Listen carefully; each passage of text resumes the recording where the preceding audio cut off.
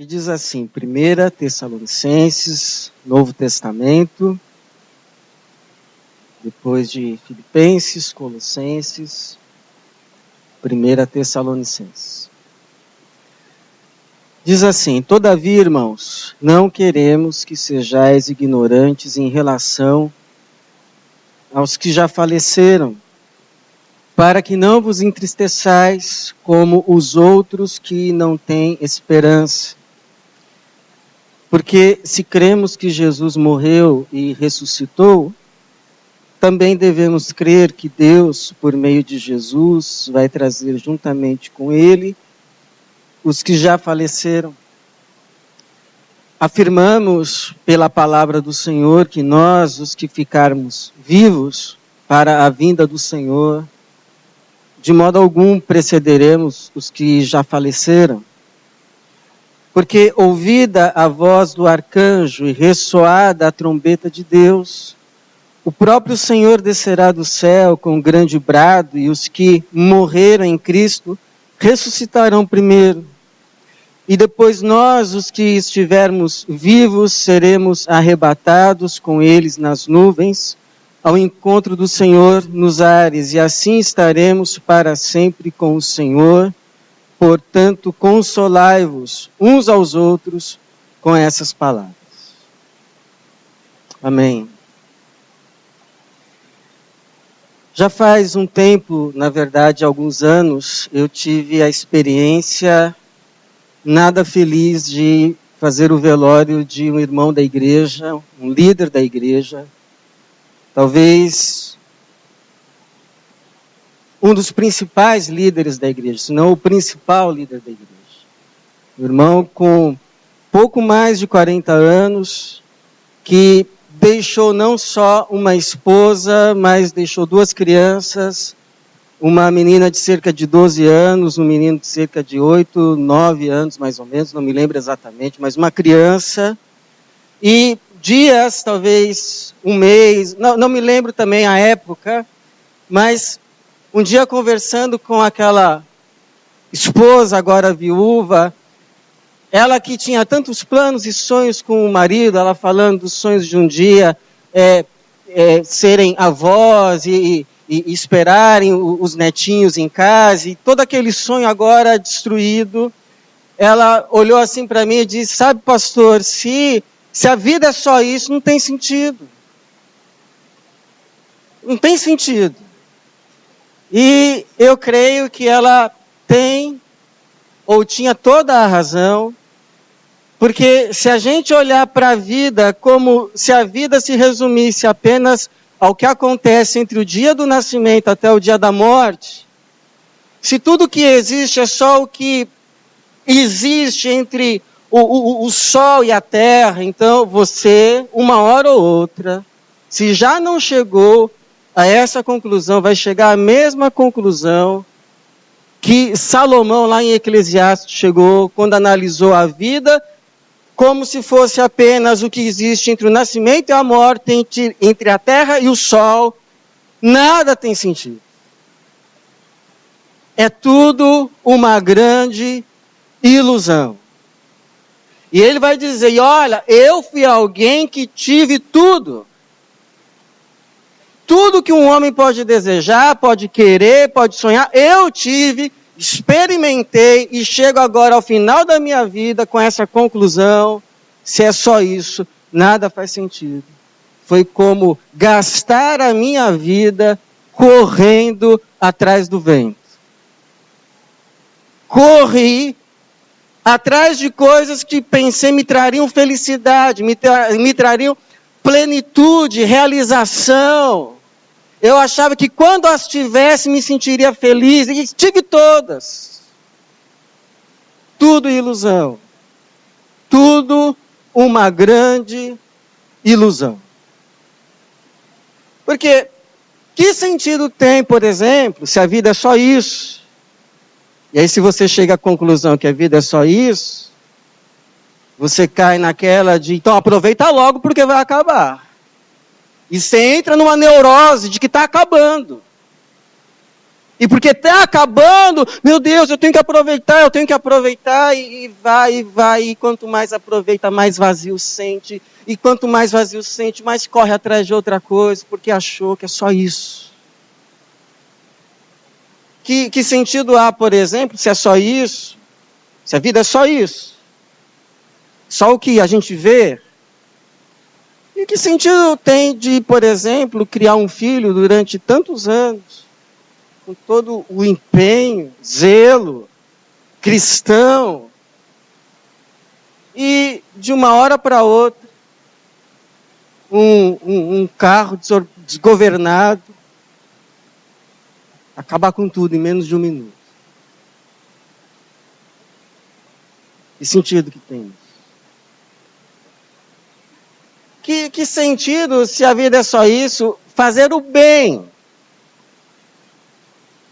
Fazer o que é certo numa vida em que nem sempre quem faz o bem, quem faz o que é certo, se dá bem. Não foi o Jeremias que disse: por que os ímpios prosperam? Se é só isso, que sentido tem nadar tanto? Se no fim das contas vai todo mundo morrer na praia mesmo? Que sentido que tem? Se tudo no final das contas vai dar em nada. Como disse um teólogo já falecido, inclusive, suíço, Emil Brunner, ele diz assim: se a vida acaba em nada, então a vida é nada. Porque tudo que acaba em nada, em si mesmo, é nada. Nós, porém, sabemos que não é isso. Por revelação divina registrada nas Escrituras, a gente sabe que a vida não está caminhando para o nada, mas a vida caminha para um encontro. A vida está caminhando para um encontro, como o Paulo diz aí no versículo de número 16, porque ouvida a voz do arcanjo, e ressoada a trombeta de Deus, o próprio Senhor descerá do céu com grande brado, e os que morreram em Cristo ressuscitarão primeiro, e depois nós, os que estivermos vivos, seremos arrebatados com eles nas nuvens, ao encontro do Senhor nos ares. Ao encontro do Senhor nos ares. A vida não está caminhando para um nada, mas está caminhando para um encontro com Jesus. E saber disso faz toda a diferença, tanto para a forma como a gente vive, quanto para a forma como a gente morre, tanto para a morte quanto para a vida. E por quê? Porque assim, irmãos, se a vida está caminhando para um encontro com Jesus, então a gente precisa se preparar. Porque qual é a noiva que não se prepara para o encontro com o noivo? Há, inclusive, muitos textos bíblicos que nos advertem para a necessidade desse preparo. Por exemplo, Lucas, capítulo de número 21, versículo 34 diz assim: cuidai de vós mesmos. Não aconteça que o vosso coração se encha de devassidão, embriaguez e preocupações dessa vida. Preocupações dessa vida. E aquele dia vos surpreenda como uma armadilha. Quer que eu repita? cuidai de vocês mesmos. Não aconteça que o vosso coração se encha de devassidão, embriaguez e preocupações dessa vida. E aquele dia vos surpreenda como uma armadilha.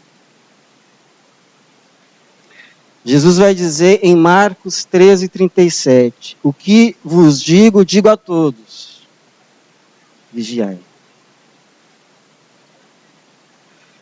1 Tessalonicenses 3:12-13, diz assim, o Senhor vos faça crescer e transbordar em amor uns para com os outros e para com todos, como também nós transbordamos em relação a vós, para fortalecer o vosso coração, tornando-vos irrepreensíveis em santidade diante do nosso Deus e Pai, na vinda de nosso Senhor Jesus com todos os seus santos.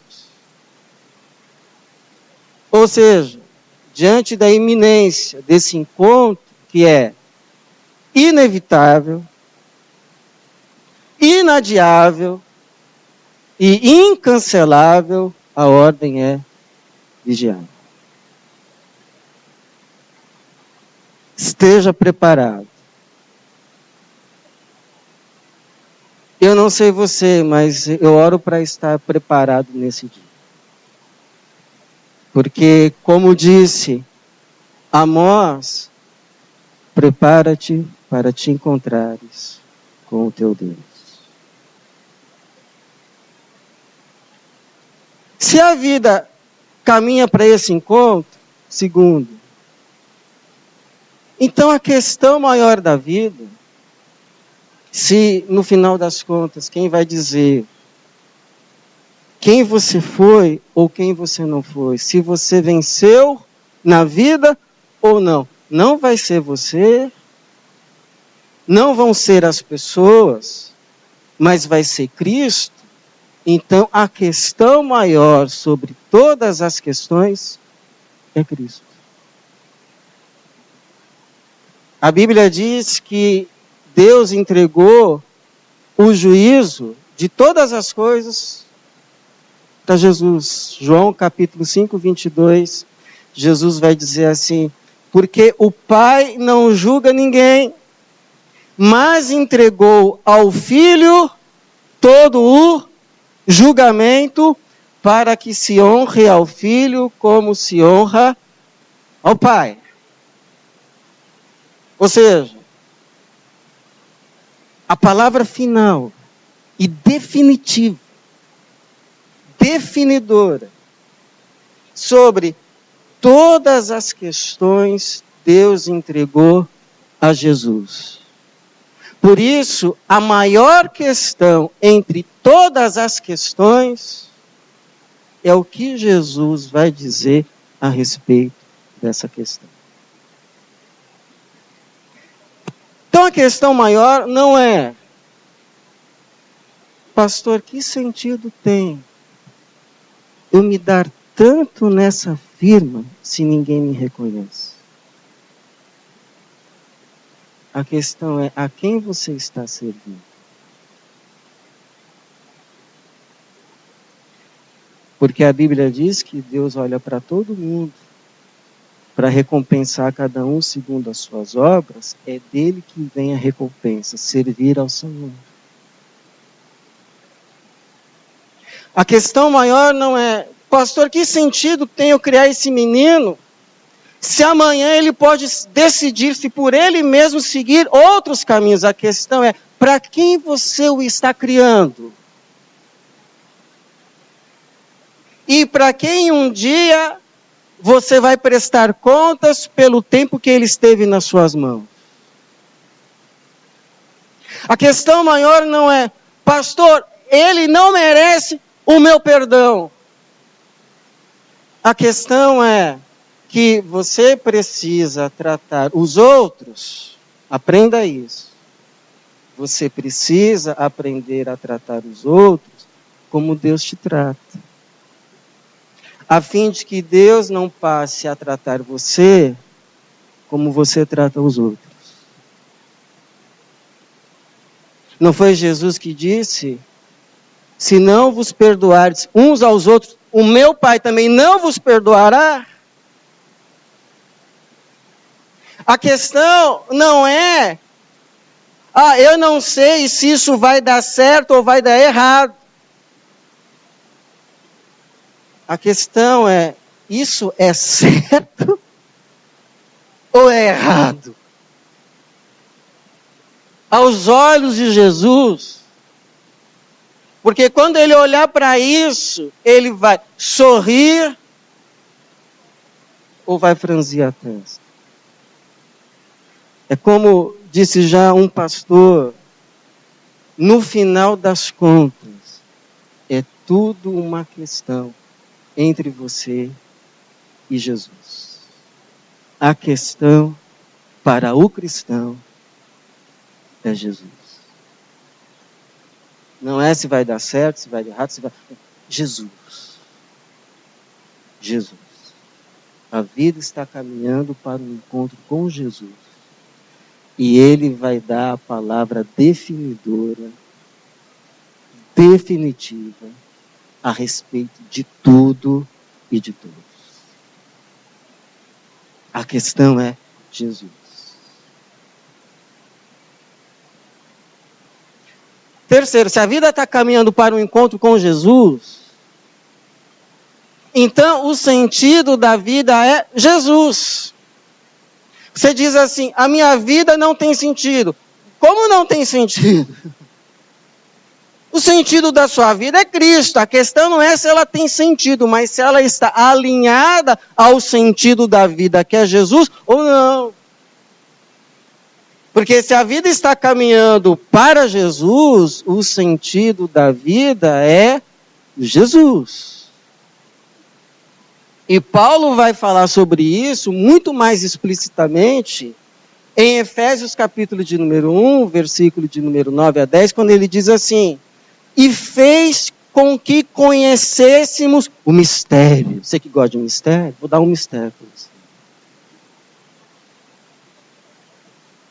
E fez com que conhecêssemos o mistério da sua vontade, segundo a sua boa determinação, que nele propôs para a dispensação da plenitude dos tempos. Parece que está falando difícil, mas não está, espera aí.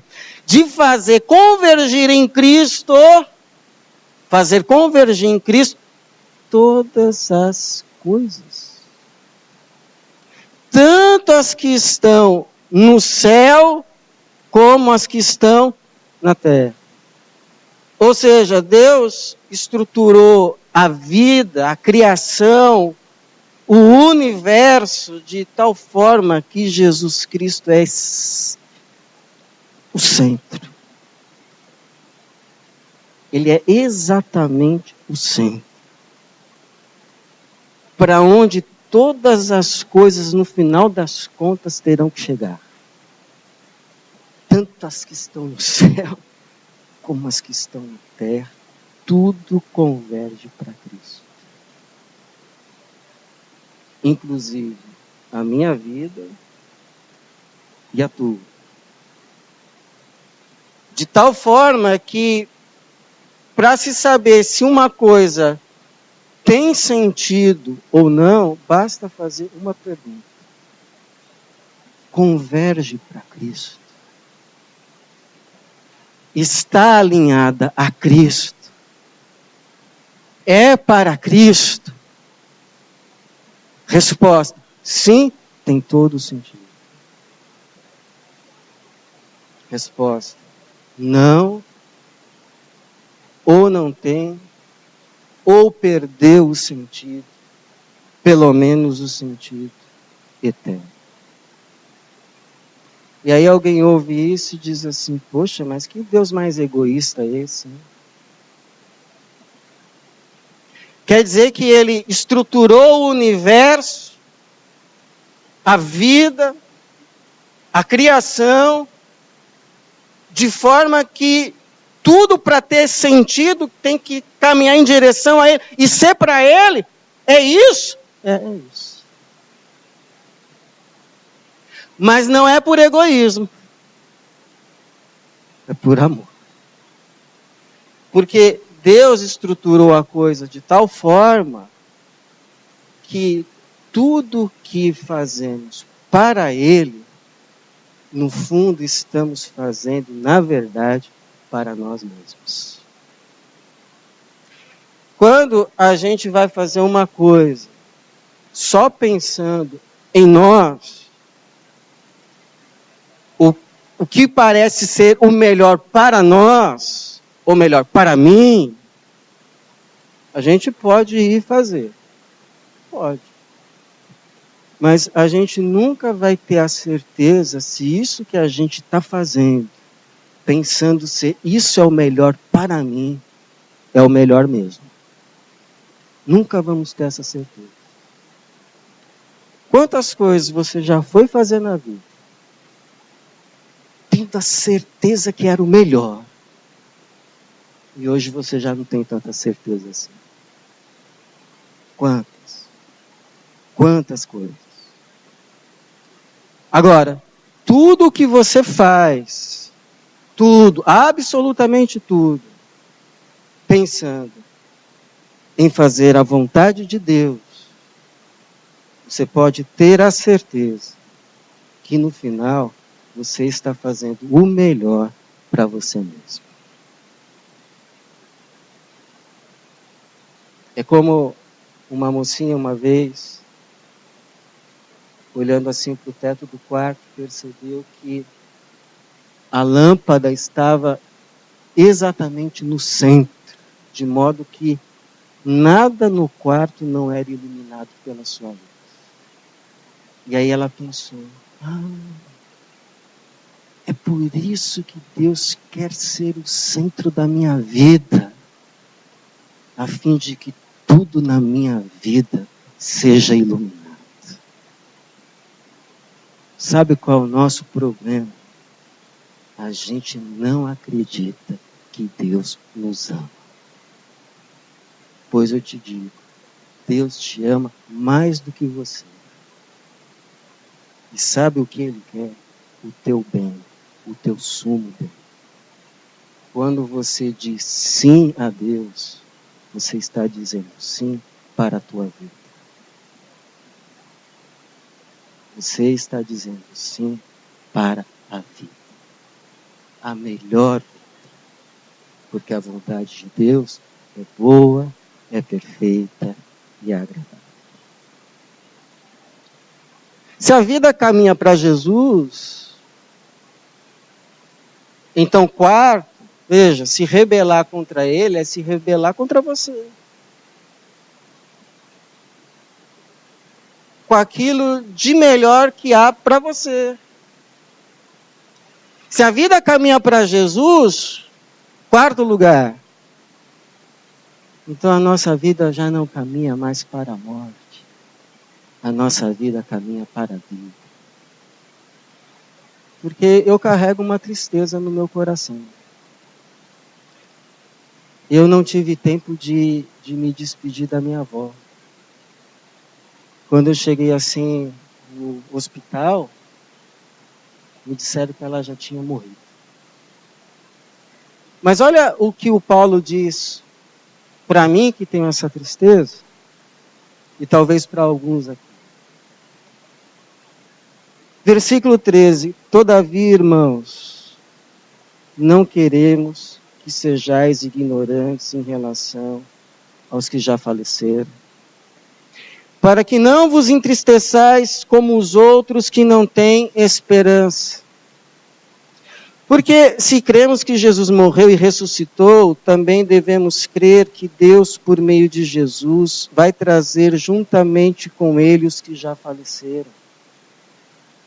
Afirmamos pela palavra do Senhor que nós, os que ficarmos vivos para a vinda do Senhor, de modo algum precederemos os que já faleceram, porque ouvida a voz do arcanjo e ressoada a trombeta de Deus, o próprio Senhor descerá do céu com grande brado, e os que morreram em Cristo ressuscitarão primeiro. Depois nós, os que estivermos vivos, seremos arrebatados com eles nas nuvens ao encontro do Senhor nos ares, e assim estaremos para sempre com o Senhor. Portanto, consolai-vos uns aos outros com essas palavras. O Paulo está falando da volta de Jesus. E que nesse dia que Jesus voltar, sua segunda vinda, chamada parúcia, quem tiver morrido em Cristo vai ressuscitar como Cristo para estar com Cristo. E os que estiverem vivos nesse dia serão arrebatados, transformados, glorificados para o encontro com o glorificado e os que foram glorificados. Ou seja, quem morreu em Cristo ressuscitará como Cristo para estar com Cristo e com os que são de Cristo. De modo que quando você ver um dia, talvez, a morte prevalecendo sobre alguém em Cristo, você pode dizer com toda a certeza: isso pode ser o começo da história ou o meio da história, mas não é o fim da história. Porque por causa do que Cristo fez por nós, a morte deixou de ser um ponto final da vida e passou a ser apenas uma vírgula entre a vida e a verdadeira vida com Cristo e com os que são de Cristo. Por isso que o Paulo pôde dizer, e nós também podemos: onde está, ó morte, a tua vitória? Onde está, ó morte, o teu aguilhão? O aguilhão da morte é o pecado. E a força do pecado é a lei. Mas, graças a Deus, que nos concede a vitória por meio de nosso Senhor Jesus Cristo. A morte foi tragada pela vitória. A vitória de Jesus. Eu lembro a história real de um senhor que perdeu a visão. Um senhor cristão, crente. E ele passou o resto da vida dele orando, pedindo que pudesse voltar a ver. Mas ele morreu cego. No dia do velório dele, seu neto, que é pastor, inclusive missionário, disse assim: o meu avô passou o resto da vida pedindo para voltar a ver. Hoje, Deus atendeu a sua oração. E a primeira pessoa que ele viu ao abrir os olhos foi Jesus. Porque a vida com Cristo caminha para Cristo. Não caminha para o nada. Não caminha para a morte. Caminha para a vida. Com Cristo, com os que são de Cristo e serão como Cristo. Por isso que nessa noite vamos celebrar a ceia do Senhor. Com essa fé salvadora e esperança bendita, não só lembrando e trazendo à memória o que Ele fez por nós, mas o que Ele também prometeu, Mateus 26, 29. Mas digo-vos que desde agora, não mais beberei deste fruto da videira, até aquele dia em que beberei o vinho novo convosco, no reino do meu Pai. E assim seja, que nós possamos também participar dessa ceia no reino de Deus. Amém. Amém.